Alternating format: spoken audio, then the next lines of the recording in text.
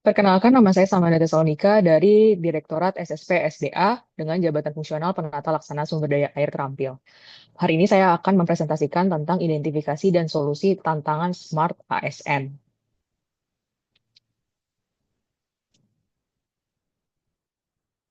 Daftar isinya yaitu identifikasi dan deskripsi isu, pemilihan isu utama, analisis isu, rekomendasi solusi, dan link video.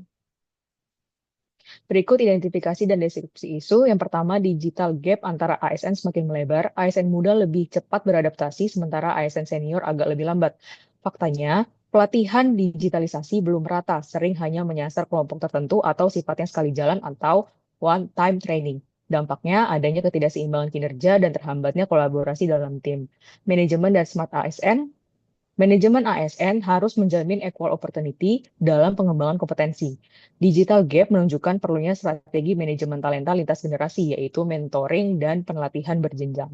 Kedua, belum adanya database maupun dashboard dengan format yang sudah distandarisasi. Faktanya, aliran data masih tergantung pada laporan manual dan kompilasi, sehingga sering terjadi keterlambatan dan inkonsistensi. Dampaknya, evaluasi kinerja sering terlambat, sehingga perbaikan kebijakan juga lambat. Terkait manajemen dan smart ASN, smart ASN menuntut ASN yang berbasis data, yaitu data driven. Tanpa database dan dashboard standar, ASN tidak bisa mengambil keputusan cepat, adaptif, dan transparan. Yang ketiga adalah jadwal rapat tidak terupdate dan komunikasi disposisi yang lemah. Faktanya, tidak ada sistem manajemen rapat digital yang terintegrasi sehingga rawan terjadi informasi ganda atau terlewat.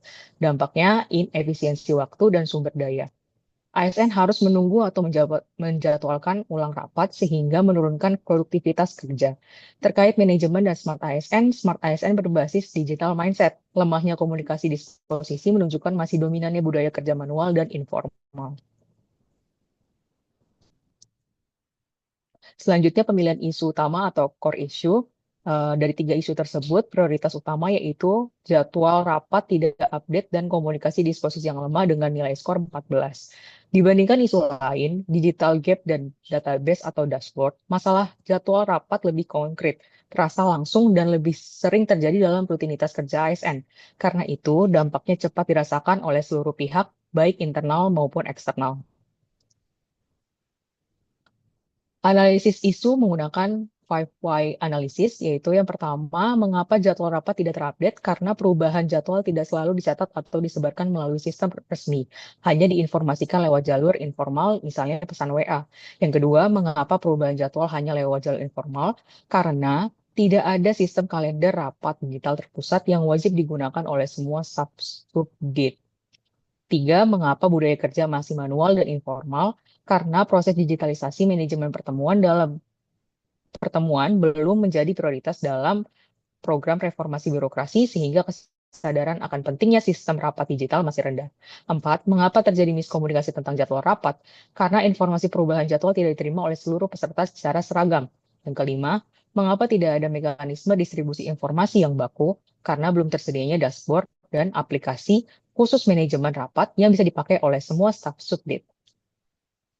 Yang terakhir, rekomendasi solusi menggunakan gap analysis. Kondisi saat ini, perubahan jadwal rapat sering tidak diupdate secara resmi. Kedua, SOP disposisi rapat tidak terdokumentasi dengan baik.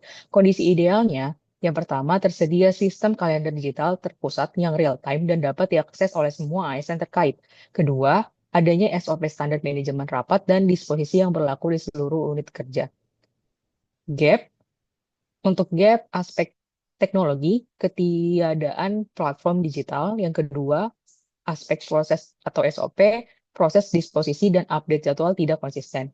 Gagasan penyelesaiannya untuk aspek teknologi, bangun sistem kalender dan disposisi digital terintegrasi dengan e-office.